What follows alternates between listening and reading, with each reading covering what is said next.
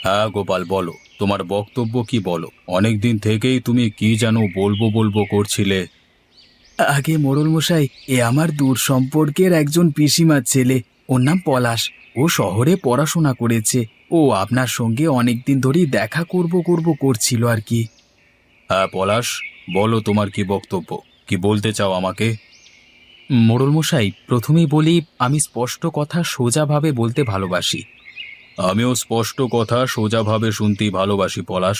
তুমি কাজের কথায় এসো। আপনাদের গ্রামের একমাত্র খালটি নিয়ে আমার অভিযোগ আছে।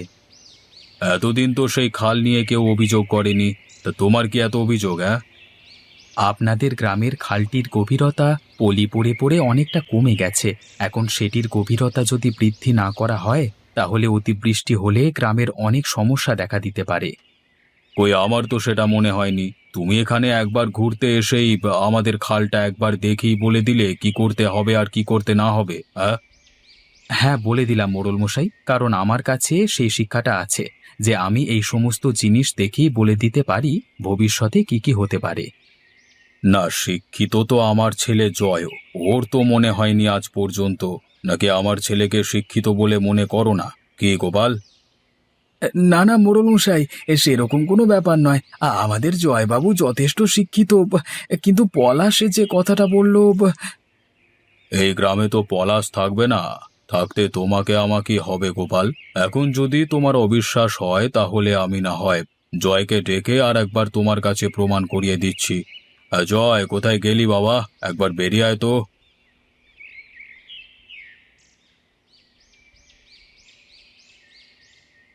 ডাকছিলে বাবা? সকালবেলায় আমার ঘুমটা নষ্ট করে দিলে তো। এই শিক্ষিত পোলা বলছে নাকি আমাদের গ্রামের খালের কারণে গ্রামের সমূহ ক্ষতি হতে পারে। তো তোমার কি মনে হয়? এটা কোনো কথার কথা হলো বাবা?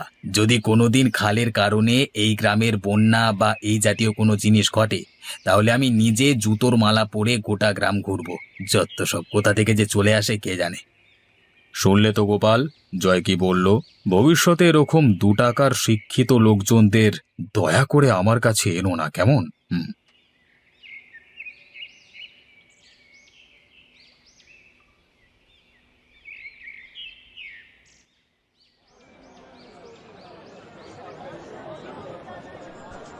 না, এইভাবে তো বছরের পর বছর চলতে পারে না। সারাদিন ওই খালে ভোর রাত থেকে জাল ফেলে বসে থাকি, একটা মাছও তো এসে পৌঁছায় না। জানি না এরকম ভাবে কতদিন চলবে। কেন যে এরকম হচ্ছে জানি না বাবা। কি গো নগেনদা, মাছ কত করে দিচ্ছ আজকে? 180 টাকা প্রতি কেজি। দেখে নাও কোনটা নেবে। কিছু মনে করো না নগেনদা, আজকাল মাছের দামটা একটু বেশি রাখছো মনে হচ্ছে। আমাদের সাধারণের পক্ষে তো খুবই অসুবিধাজনক হয়ে যাচ্ছে। কি আর করব বলো ভাই, তুমি তো দেখতেই পাচ্ছ। আগে কত মাছ আনতাম, আর এখন কটা মাছ মাত্র আনি। আমাকেও তো কিছু মুনাফা কামাতে হবে নাকি? সে তো বুঝতেই পারছি, কিন্তু হঠাৎ করে এরকম অবনতি কেন বলো দেখি তোমার? জানি না, গ্রামের খালে এখন আর বেশি মাছ আসে না জানো। আগে ভোর রাত থেকে সকাল পর্যন্ত জাল ফেলে রাখলেই কাতারে কাতারে বিভিন্ন প্রকার মাছ এসে জালে আটকাতো। কিন্তু এখন হয়েছে সম্পূর্ণ উল্টো। 10-12টা মাছ যদিও পাই, বাজারে এসে বিক্রি করতে করতে দমটা বেরিয়ে যায়। সে তো যাবেই নগেনদা।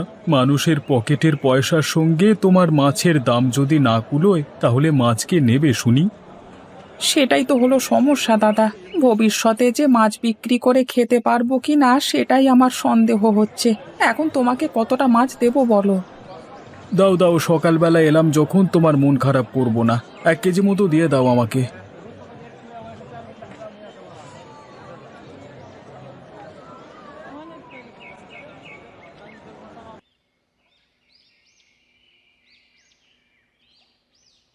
আমি বুঝতে পারছি না গোপাল কাকা, তোমাদের গ্রামের জমিদার এত অহংকারী কেন? আর ওর ছেলেটাকে দেখে তো মনে হলো একেবারে আহাম্মক। কি আর বলবো পলাশ বাবা, আমরাও উচিত কথা বলতে পারি না। ওই খাল নিয়ে যে আমরাও সমস্যায় ভুগছি সে কথা মোড়ল মশাই দেখেও না দেখবার ভান করেন। আমি বুঝতে পারছি না মানুষের মধ্যে এত অহংকার আসে কোথা থেকে।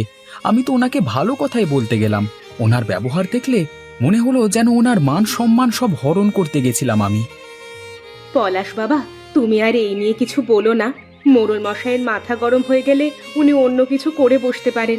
উনি অনেক ক্ষমতাশালী ব্যক্তি। কাকিমা, প্রকৃতির থেকে বেশি ক্ষমতাবান বা ক্ষমতাশালী পৃথিবীতে কেউ আছে বলে আমার মনে হয় না। আমার মন বলছে ওই মোড়ল এবং তার ছেলে যতক্ষণ না এই গ্রামের মানুষদের অত্যন্ত বিপদসংকুল পরিস্থিতিতে ফেলবেন ততক্ষণ ওদের টনক নড়বে না। ছেড়ে দাও বাবা, তুমি দুদিন বেড়াতে এসেছো এখানে, আমাদের সাথে ভালো মতো সময় কাটিয়ে আবার ঘরের ছেলে ঘরে ফিরে যাও ভালোভাবে।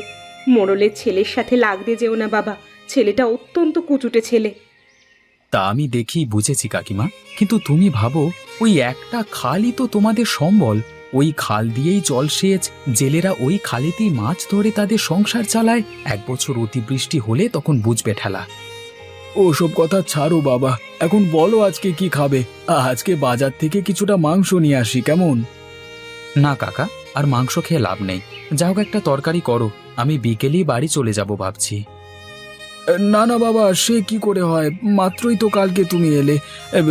আজকের মধ্যে তোমাকে কিভাবে বাড়ি যেতে দিতে পারি বাবা? তুমি আর দুদিন থাকো। না কাকা, আমার আর থাকতে খুব একটা ভালো লাগছে না। আমি বিকেল বেলাতেই বাড়ি রওনা দেব।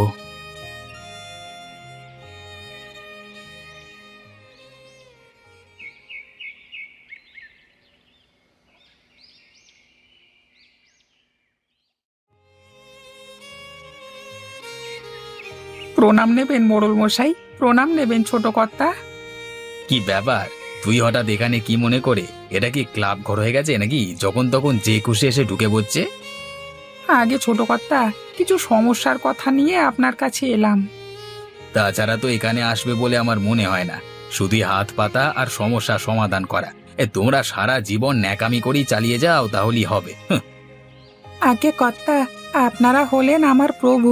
আপনাকে সমস্যার কথা না জানালে কাকে জানাবো বলুন? বেশি কথা না বাড়িয়ে কি হয়েছে তা বলো।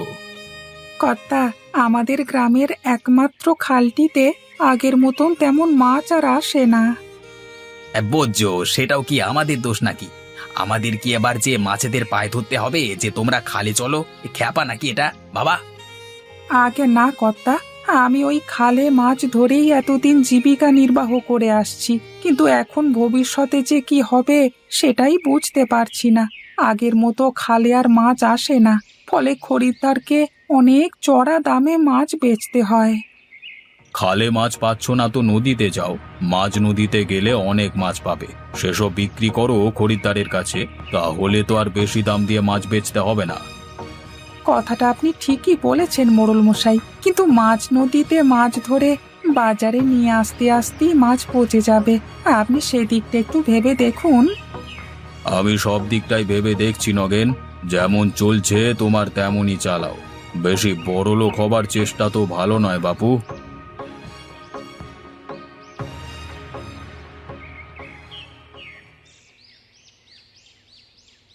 খাবার দেওয়া হয়ে গেছে, তোমরা এসো, খাবে এসো। বেশ, তুমি এখন এখান থেকে যাও, আর সব সময় এখানে নাকে কাঁদতে আসবে না, ঠিক আছে? চত্বর।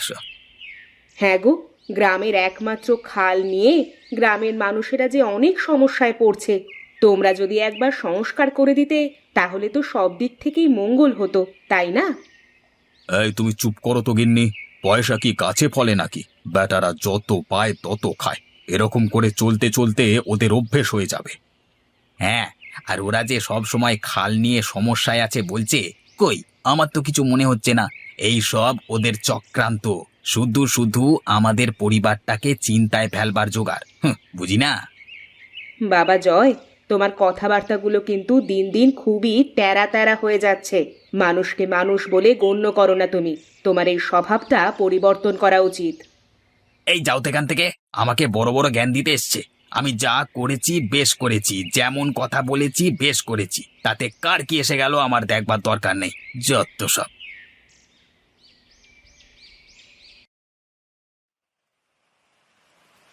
আবহাওয়া দপ্তর থেকে বিশেষ বার্তা।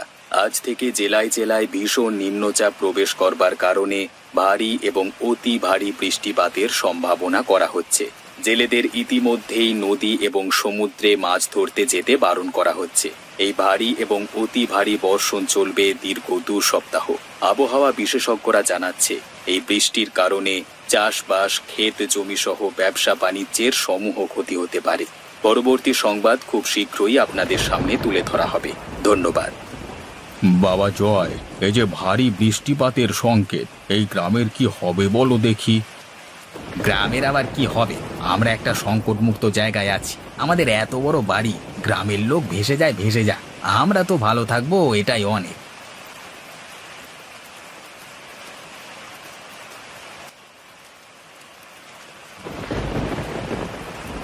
গিন্নি, বৃষ্টিপাতের যে তীব্রতা দেখছি, এতে তো আমার খুব চিন্তা হচ্ছে গো। ফসলে জমি ডুবে যাবে মনে হচ্ছে। সে আর বলতে, আমি শুনলাম আগামী 2 সপ্তাহ এরকম টানা বৃষ্টিপাত হবে। এখন আমাদের কি হবে বলো তো দেখি। আমার মনে হচ্ছে পলাশ বাবা যে কথাটা এতদিন আমাদেরকে বলে এসেছিল সেটাই হতে চলেছে। এই কারণেই বলে শিক্ষিতদের কথা শুনতে হয়। পলাশের কথা না শুনে আমরা নিজেদের যে কত বড় ক্ষতি করে ফেললাম। এখন যে এই গ্রাম ছেড়ে পালাবো, তারও তো কোনো উপায় নেই।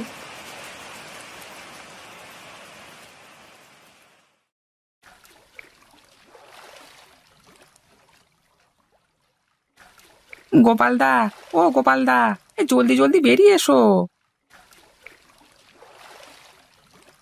এ কি নগেনদা, তুমি এখানে কি করছো এ সময়? আরে গোপালদা, চলো চলো, জলদি এখান থেকে বেরোতে হবে। বানে ভাসা খাল একদিনেই গোটা গ্রামকে ডুবিয়ে দিয়েছে। আমরা যদি এখান থেকে এই মুহূর্তে না বেরোই, তাহলে আমরা ভেসে যাব গোপালদা। দাঁড়াও, আমরা একটা বাক্স নিয়ে আসছি।